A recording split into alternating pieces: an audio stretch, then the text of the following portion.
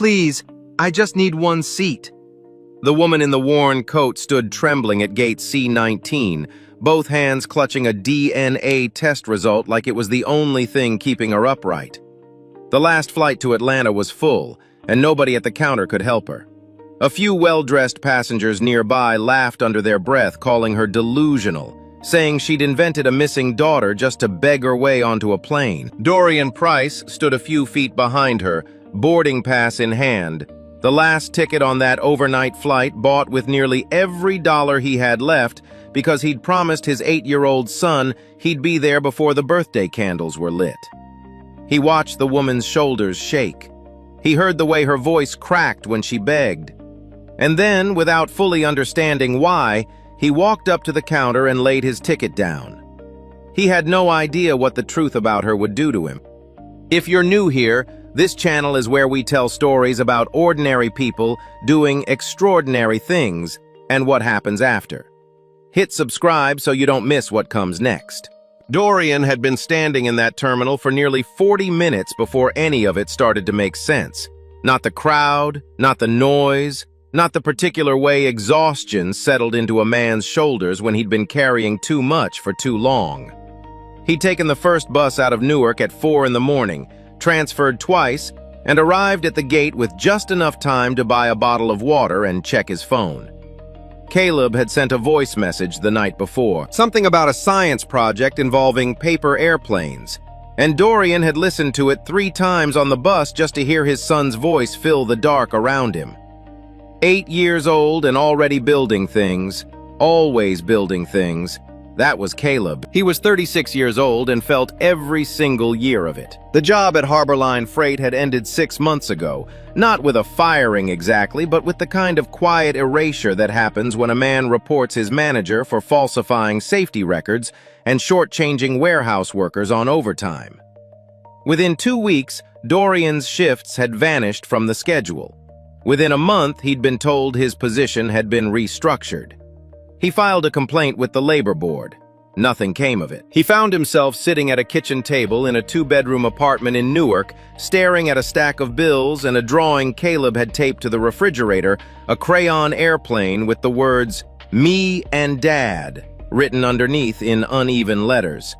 The D in Dad slightly backwards, the way it always was when Caleb wrote fast because he was excited. Sending Caleb to Atlanta to stay with his grandmother had been the hardest decision Dorian had ever made. Not because it was wrong, but because it was right, and he hated that it was right.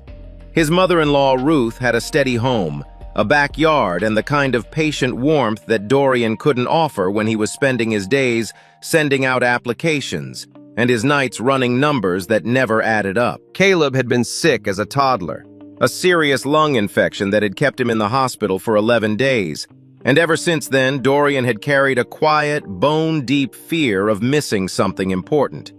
Every birthday, every lost tooth, every small, ordinary moment that a child only gets once and never gets back. The ticket to Atlanta had cost him $214, which was almost everything he had left in his checking account.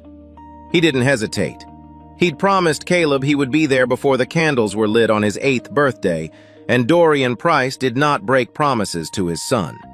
He'd broken enough other things in his life: a marriage that hadn't survived the financial pressure, a career that had ended because he'd done the right thing, but his word to Caleb was the one thing he kept whole. He was standing near the back of the boarding area, backpack between his feet, when he first noticed the woman. She was already at the counter, speaking in a low, urgent voice to the gate agent, a young woman named Lena Hart, whose expression had shifted from polite concern to something more careful and deliberate.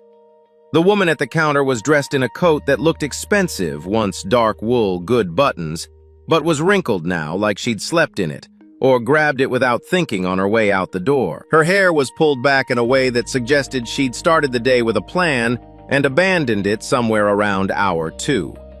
What Dorian noticed most was her hands. She was holding a folded document against the counter, pressing it flat like she was afraid it would disappear if she let go, and her knuckles were white against the paper. He couldn't hear everything she was saying, but he could hear the gate agent's responses clearly enough.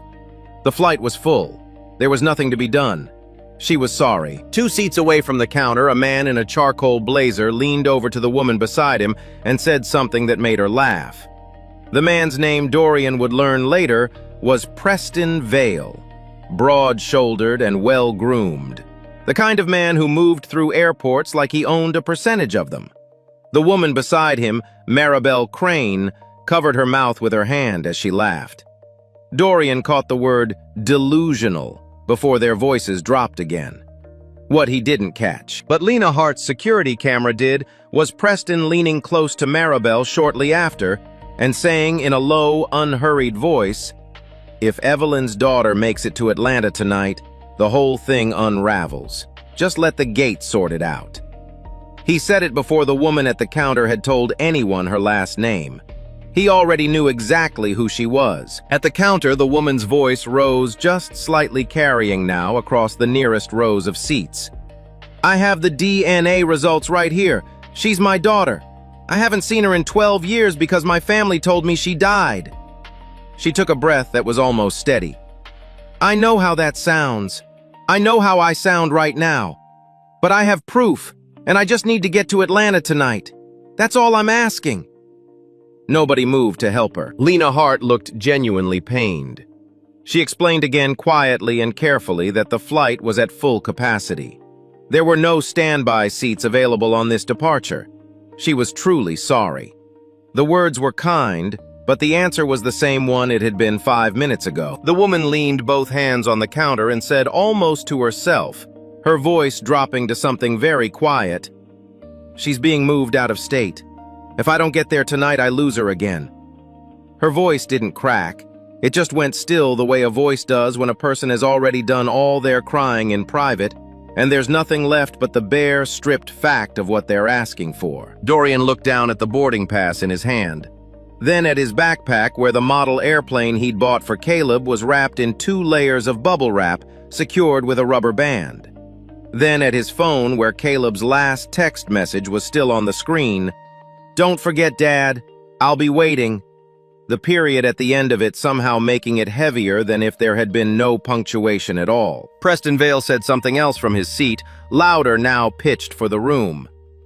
"Somebody should tell her this isn't how airports work. You can't just show up with a sob story and expect the airline to rearrange the whole flight." Maribel made a murmuring sound of agreement.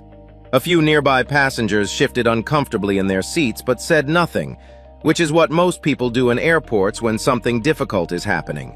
They look away and wait for it to resolve itself. Dorian thought about his son. He thought about 11 days in a hospital room in Newark, watching Caleb breathe through a tube, counting the seconds between each exhale, and exhaling himself only when the next one came. He thought about the 12 years this woman said she'd already lost, 12 birthdays, 12 first days of school, 12 years of not knowing if her daughter was being taken care of or scared or loved. He thought about how those 2 things were not the same, and he knew that. He held that clearly. But he also thought about what it felt like to stand in a room full of people and have nobody look at you like you were worth the trouble of believing. He picked up his backpack and walked to the counter. "Excuse me," he said to Lena Hart. He set his boarding pass down on the counter, face up, and kept his hand flat on top of it for just a second before letting go. "Transfer my seat to her." Lena looked at him with an expression that was careful and searching. "Sir, are you sure? This ticket is non-refundable. Once I process this, I can't undo it, and I can't issue a refund or a credit." "I know," Dorian said. "Transfer it anyway." Clara turned to look at him. Up close, her eyes were red-rimmed, and the document she'd been pressing flat was visibly creased from being folded and unfolded too many times. The paper soft at the creases, the way documents get when they've been carried close to the body for hours. She looked like someone who had been holding herself together through sheer force of will for the past 24 hours, and was one small, unexpected kindness away from coming apart entirely. "Why?" she said. It wasn't suspicious. It was just honest, the question of someone who had been refused enough times that evening that a yes required an explanation. Dorian picked up his backpack and settled it on his shoulder. "Because you said 12 years, he said. "And that's too long." She reached into her coat pocket and pulled out a pen. then seemed to realize she didn't have anything to write on. Without hesitating, she tore the blank corner margin off her DNA document, just a small strip, and wrote her number on it, then pressed it into his hand and closed his fingers around it. "If you need anything," she said, "please, anything at all." He nodded once and stepped back from the counter.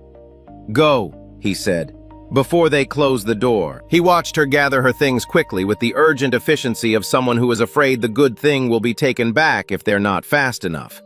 Lena processed the transfer and called the gate, and Clara walked through the door and disappeared down the jetway.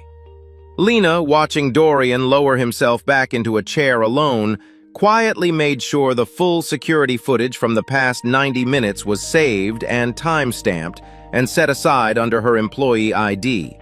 Just in case, she told herself. She'd been doing this job long enough to know when a situation wasn't finished yet. The boarding area emptied out.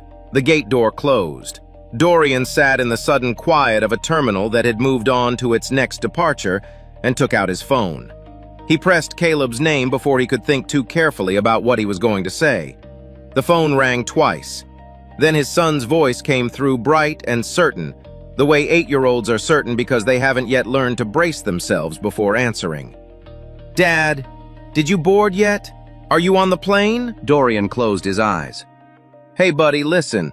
The flight got changed around. I'm going to be on a different one coming in tomorrow morning instead." He kept his voice even and steady the way he always tried to sound when the truth was something Caleb didn't need to carry just yet. There was a silence on the other end that lasted just long enough to mean something. Then Caleb said, "Oh."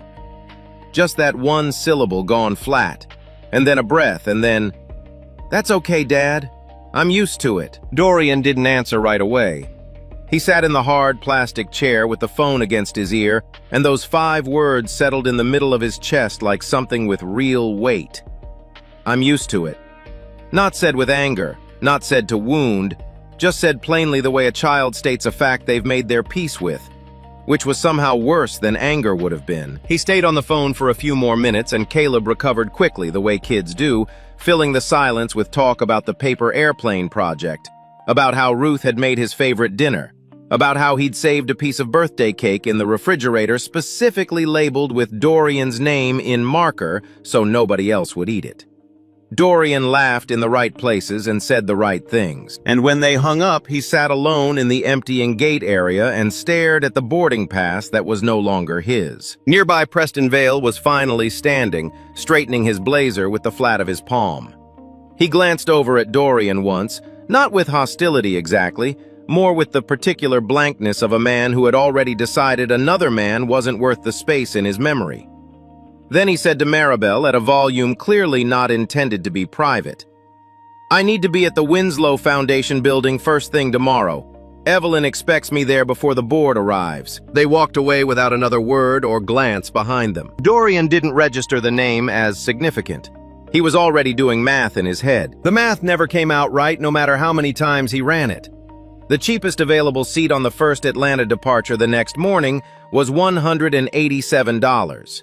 Between his wallet and his checking account combined, Dorian had $98. His cousin Troy Bennett picked up on the third ring, still half asleep, and after hearing the situation sent $40 through a payment app with a message that said, "That's everything till Friday, man, I'm sorry." $138 total. Still 49 short, and the first departure was 7 hours away. Dorian sat with the numbers for a while and then thought about the ring in the inside pocket of his backpack. His father's ring, plain gold, a small engraved cross on the side, worn smooth on the inside from years on someone else's hand. He'd noticed the pawn window beside the currency exchange kiosk when he came through the terminal earlier. He knew what a ring like that would bring in a place like this. He knew it would cover the gap with room to spare. He reached into the front pouch of his backpack instead and touched the bubble-wrapped model airplane, felt the shape of it through the plastic, and something in him went quiet and certain. He zipped the pouch back up. The ring stayed where it was. It was Lena Hart who found him still sitting there nearly an hour later. She'd clocked out and was heading toward the staff exit, but she stopped when she saw him in the same chair, backpack on his knees, looking at nothing in particular. She sat down one seat away and without any preamble or softening said, "There's a 6:15 departure tomorrow morning. I can't get you a free seat, but I can put you at the top of the standby list right now. If anyone cancels between now and boarding, or if there are no shows at the gate, you go first." She held out a small printed slip with a confirmation code on it. "It's not a guarantee, but it's better than nothing." Dorian took the slip. He looked at it, then at her. "Why are you doing this?" Lena met his eyes evenly. "Because what you did tonight was genuine," she said. "And Preston Vale is the kind of man who talks like that in public because he's spent his whole life in rooms where nobody tells him there are consequences." She stood and straightened her jacket. "The chairs by the charging stations near gate C12 are the least uncomfortable ones in this terminal. Try to get some sleep." She left before he could find the right words to thank her. Dorian found the chairs he'd described and plugged in his phone and leaned back against the wall. The terminal had gone to its late-night quiet, a distant floor buffer somewhere, the occasional announcement, the particular hum of a large building settling into itself. He reached into his coat pocket and his fingers found the small, torn strip of paper Clara had pressed into his hand. He unfolded it in the low light. Her phone number, and at the bottom, 2 initials, CW. He read it once, folded it back carefully, and returned it to his pocket. He wasn't going to call, not because he didn't appreciate the gesture, but because she was somewhere over the southeast right now, in the middle of the hardest night of her life, and she didn't need to spend any part of it managing his travel arrangements. He slept badly and woke before 5. 2 passengers didn't show for the 6:15. He boarded. The plane landed in Atlanta a little after 8 in the morning. His phone had died somewhere over South Carolina, and he charged it for 10 minutes at baggage claim before calling Ruth. She told him Caleb had already left. There was a student tour and workshop that morning at an educational foundation downtown, something through a program for kids from working-class families. The invitation had come through Caleb's school. Ruth read him the address. He wrote it on the back of his hand in pen, checked the bus route on his phone before it died again, and headed for the city. He arrived on foot from the bus stop, backpack over one shoulder, still in the same clothes from the night before. The building was in Midtown, glass-fronted and wide, occupying half a block, the kind of structure that had been designed to signal permanence and consequence. He stood on the sidewalk in front of it and looked up at the name carved into the stone facade above the entrance. Winslow Family Foundation. He read it twice. Then he stood there for a moment longer than was strictly necessary, because something was assembling itself in the back of his mind, slowly, and with the particular resistance of a thing you don't quite want to be true. The initials on the torn slip of paper, CW. The overheard fragment from a terminal employee the night before, a VIP named Winslow, who had canceled a private charter at the last minute for a family matter. Preston's voice as he walked away from the gate. "The Winslow Foundation building, Evelyn expects me there." And Clara herself, the way she'd held that document, the way she'd stood at that public counter with a frozen account and no options, the way she'd looked like someone who had been deliberately stripped of every advantage before being pushed into the room. Dorian pushed through the front doors. The lobby was bright and climate-controlled, staffed at a wide reception desk, the kind of entrance designed to make visitors feel they were in the presence of something serious and well-organized. A large digital display near the doors cycled through photographs of the Foundation's various programs. A community library ribbon cutting, a group of students at a science fair, a banner about fall scholarships.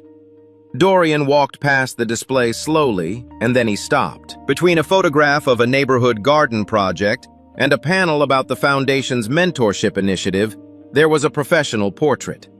The subject was photographed in 3/4 profile, composed and slightly off-camera, the way portrait subjects look when the photographer has asked them to think about something rather than simply smile. The nameplate beneath it read, "Clara Winslow, Director of Community Partnerships." It was the same woman, the same face that had been pressed close to a counter at gate C19 less than 12 hours ago, red-eyed and holding a creased DNA document with both hands. The woman who had told a gate agent she hadn't seen her daughter in 12 years. The woman who could have called this foundation's main line and had a car and a legal team dispatched to the airport in under an hour, but instead had stood alone at a public gate with a frozen bank account and no one to call. Because the people who controlled those resources were the same people she was trying to get to Atlanta to fight. Dorian stood in front of that portrait for a long moment and let the full shape of it settle over him. Then a staff member approached and directed him toward the east wing where the student groups had gathered. He found Caleb near a display about regional supply chain infrastructure, standing with 3 other kids reading a placard with the particular focused stillness he got when something genuinely caught his interest. Dorian felt something release in his chest at the sight of him, the specific, unreplicable relief of seeing your child in a room and knowing they're okay, which never becomes ordinary no matter how many times you feel it. Caleb looked up. For 1 second, his face moved through something complicated, relief and hurt, arriving at the same time, and then he crossed the room and pressed his face against his father's jacket without saying anything. Dorian held on and didn't rush it. Then from the direction of the main conference room, voices rose. Not loud, but carrying the tight, controlled sound of an argument being conducted by people who know how to argue without appearing to. A woman's voice, formal and certain, and Clara's voice underneath it, quieter but clear. "I was unconscious. You know I was unconscious. You were there." Dorian drew back and looked at his son. "Give me 5 minutes," he said. Caleb looked at him steadily. "Is this about the lady from the airport?" "Ruth told you. She said you gave your ticket to someone." Caleb's voice was careful and flat in the way it got when he was managing something he hadn't finished processing yet. "She said that's why you missed my birthday." Dorian crouched down to his son's level. 5 minutes, he said, "and then I'm going to explain everything, I promise." Caleb held his gaze for a long moment. 5 minutes, he said in the tone of someone granting a conditional extension. Dorian walked toward the voices. The conference room door was half open. Inside, Clara stood near the far wall, and across the table from her was a woman in her late 60s, silver-haired, precisely dressed, with the absolute stillness of someone who had spent decades using composure as a weapon. Evelyn Winslow. Beside her stood a man in a dark blazer who Dorian recognized before he fully processed the recognition. The way you sometimes know something in your body a half-second before your mind catches up. Preston Vale looked toward the doorway and saw Dorian standing in it. Something moved through his expression. Recognition, then a quick calculation, then a slow settling into something that looked almost like amusement. "Well," he said, easy and unhurried. "Look who followed her all the way to Atlanta." Preston let the implication expand in the room without helping it along, that Dorian's presence here was itself evidence of something that a man like him appearing in a place like this, beside a woman like Clara, could only be read one way. Evelyn Winslow's gaze moved to Dorian with the cool, assessing quality of someone cataloging a new variable. Clara turned from the far wall, and when she saw him, something shifted in her face. Not relief, exactly, but the particular expression of someone who has been standing alone in a difficult room for a long time and has just heard a voice they recognize. Dorian stepped inside. Preston moved toward him with the ease of a man accustomed to managing situations through sheer force of social authority. "This is a private family matter. Whatever she told you last night, you should understand that you're being used. Clara has a pattern of this. She manufactures crises she finds people willing to play a role, and then she uses them to generate noise and leverage." He delivered it with the smooth confidence of a prepared statement, the words too clean to be improvised. "I'm asking you politely to leave before this becomes something you don't want to be part of." Dorian looked at him without any particular hurry. "You were at gate C-19 last night." A small shift in Preston's expression.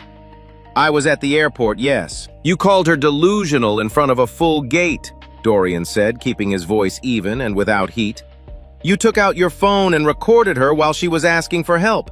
And before any of that, you told the woman sitting next to you that if Evelyn's daughter made it to Atlanta that night, the whole thing would unravel." He let that land. "You said her name before she said it herself. You knew exactly who she was." The room changed in a way that wasn't visible but was entirely present. Evelyn's lawyer, a trim man in a gray suit who had been standing near the window with a notepad, stopped writing.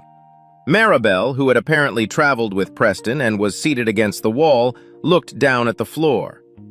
Preston's posture didn't collapse, but it adjusted. That's a significant claim from someone with no standing in this room and no way to substantiate it. "I have the footage," Dorian said. He set his phone on the conference table and opened the video file Lena Hart had sent that morning. 2 minutes and 18 seconds, timestamp intact, the security camera angle covering gate C-19 in full. The footage showed Clara at the counter. It showed Preston's phone coming up. It showed Dorian crossing the gate area to the counter. And it captured audio, imperfect, slightly compressed by the recording environment, but clear enough, Preston's voice. 40 seconds before Clara had told anyone her last name, saying to Maribel, "If Evelyn's daughter makes it to Atlanta tonight, the whole thing unravels. Just let the gate sort it out." Nobody said anything for a moment. Evelyn's lawyer looked at the phone, then at Evelyn. Preston looked at the phone on the table with an expression he was working to keep neutral. Audio captured at that distance in a crowded terminal is unreliable. It's not admissible as anything. "The timestamp is intact," Dorian said, "and the airport has the original file under the gate agent's employee ID. Her name is Lena Hart. She's expecting someone to ask for it." Clara reached across the table and picked up the phone. She watched the footage through to the end with both hands around the phone and her face very still. When she set it down, her expression had changed in a way that was quieter and more settled than anger.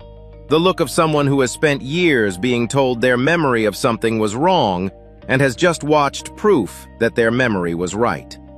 She looked at her mother directly for the first time since Dorian had entered the room. "You sent him to the airport," she said. It wasn't a question.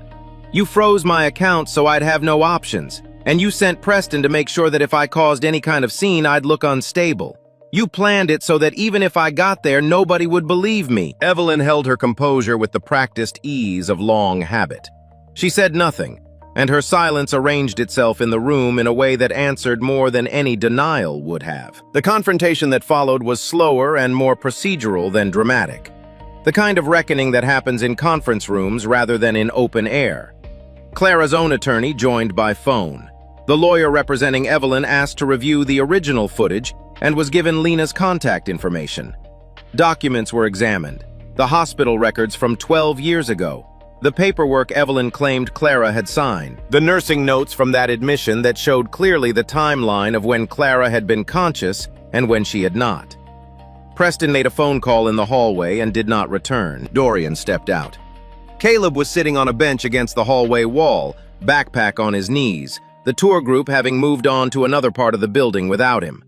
He looked up when his father came out, and his expression was the one Dorian had been carrying in the back of his mind since the phone call the night before.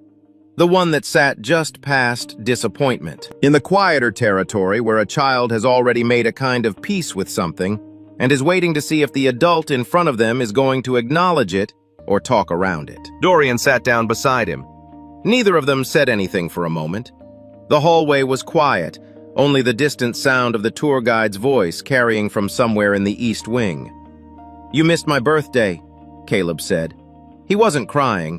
He was stating a fact, making sure it existed clearly in the space between them before anything else was said around it. "I know," Dorian said. "I'm sorry." "You gave your ticket away." Caleb looked at his hands, turned them over in his lap. "I know why. Grandma Ruth told me. And I know you thought it was the right thing." He took a breath and let it out slowly, the way he did when he was thinking carefully about words before using them. "But I saved you a piece of my birthday cake, Dad. I wrote your name on it in marker so nobody else would eat it. And you weren't there." Dorian didn't move to fill that space quickly. He let it be there because it had earned the right to be there, because his son had set it down carefully, and it deserved not to be immediately covered over with explanation. "You're right," Dorian said, "about all of it." He held Caleb's gaze. "I should have found another way, and when I couldn't, I should have called you right away and told you exactly what happened instead of saying the flight got changed. You deserved the truth, and I gave you a version of it that was easier for me to say. That wasn't fair to you." He reached into his backpack and took out the bubble-wrapped package and set it on Caleb's knees. Caleb looked at it for a moment before unwrapping it carefully, the way he'd always unwrapped things, taking his time even when he was excited, as if the anticipation was part of the gift. The model airplane was small and precisely detailed, with a working propeller and landing gear that folded up against the body. Caleb turned it over in his hands, examined the underside, ran his thumb along the wing. "She was about to lose her daughter forever," Dorian said. "And I've spent 8 years being scared out of my mind at the idea of losing you.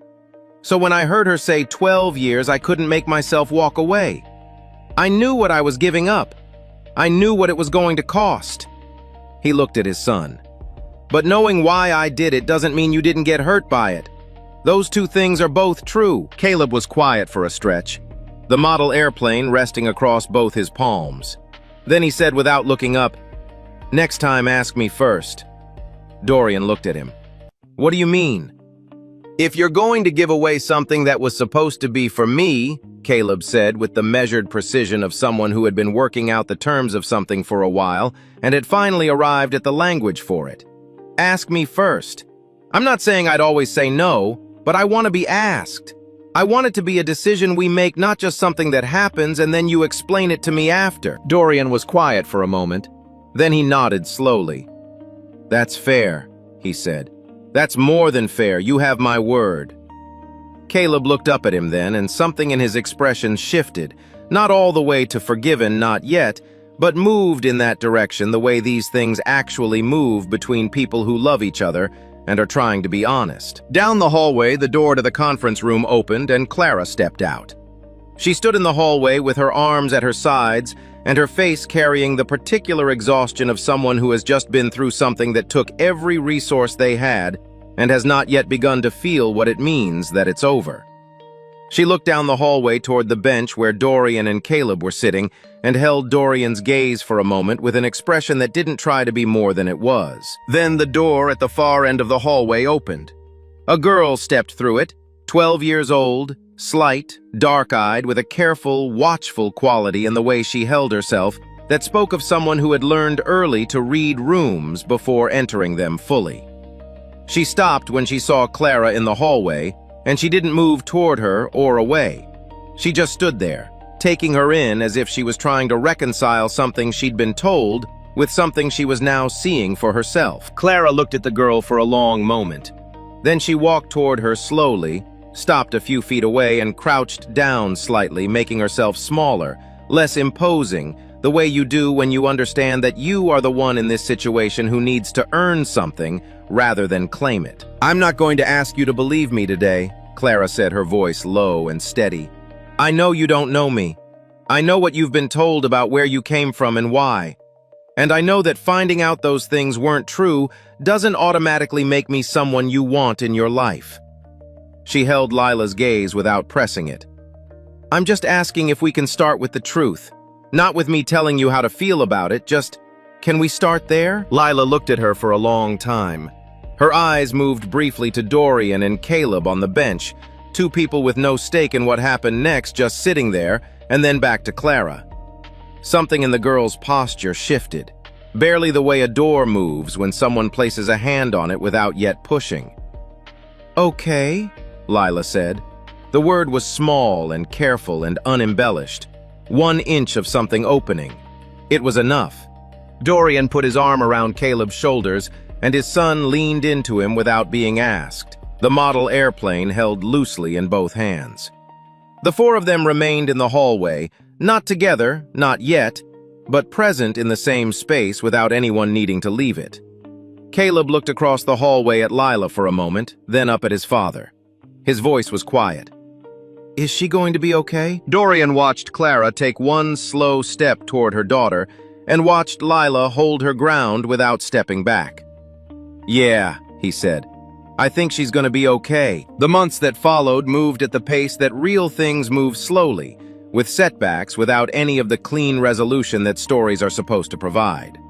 Clara began building something with Lila the only way it could be built from the ground up, one visit at a time, one honest conversation at a time, giving the girl room to set the pace, and trusting that pace even when it was slower than she wanted. There were weekends that went well and phone calls that ended awkwardly, and weeks of silence that Clara had to sit through without interpreting as rejection.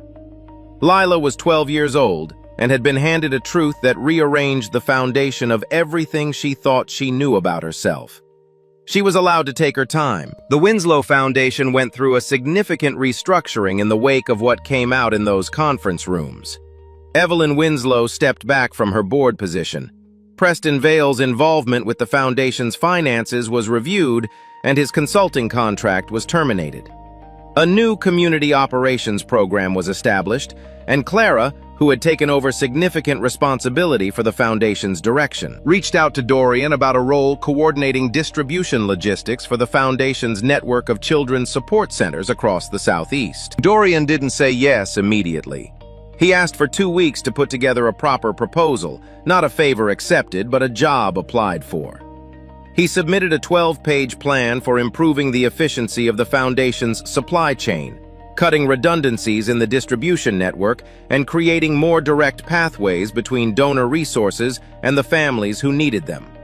Clara read the whole thing and hired him on the merits of page 4. He started 3 weeks later, and for the first time in longer than he could clearly remember, he drove to work in the morning without the low-grade dread of a man who doesn't know how much longer he can hold things together. Caleb came back to live with him full-time once the job was settled, and Dorian had found a 2-bedroom apartment in Atlanta with a school nearby that Caleb liked.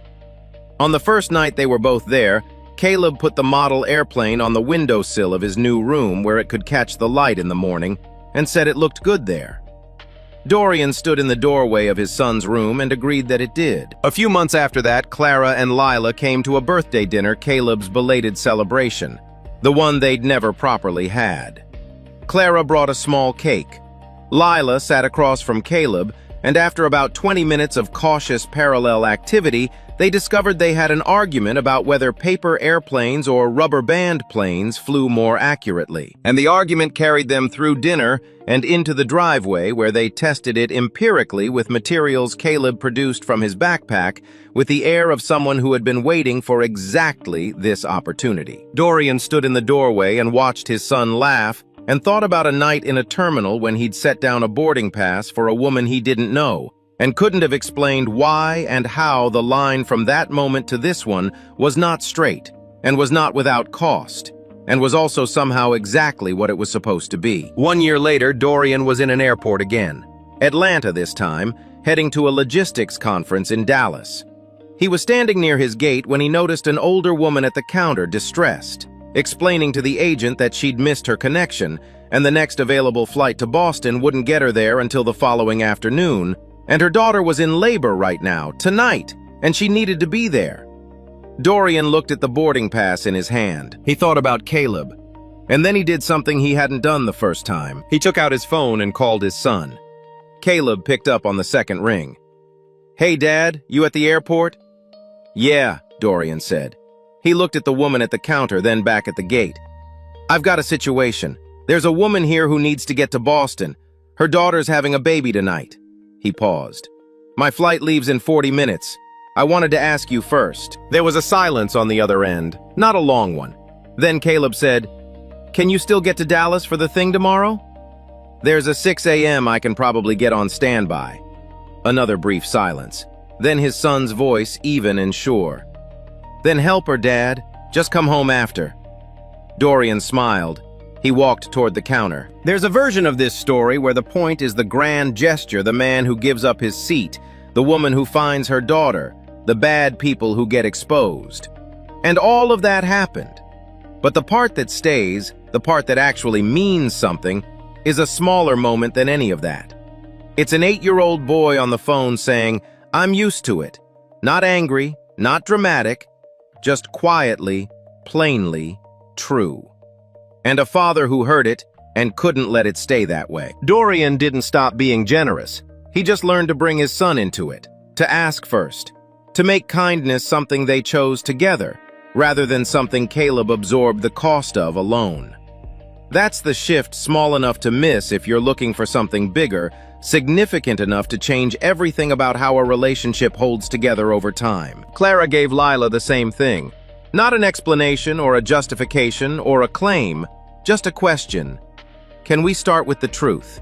And the willingness to wait for the answer without trying to control what it was. These are the things worth carrying. Not that good people always win, but that the best version of goodness keeps both hands open, one reaching out and one holding on to the people you love. If this story meant something to you, subscribe. We tell these kinds of stories every week about ordinary people navigating extraordinary moments with more grace than they probably felt at the time. And if someone in your life needs to hear this one today, send it to them. Sometimes the right story finds the right person at exactly the right moment.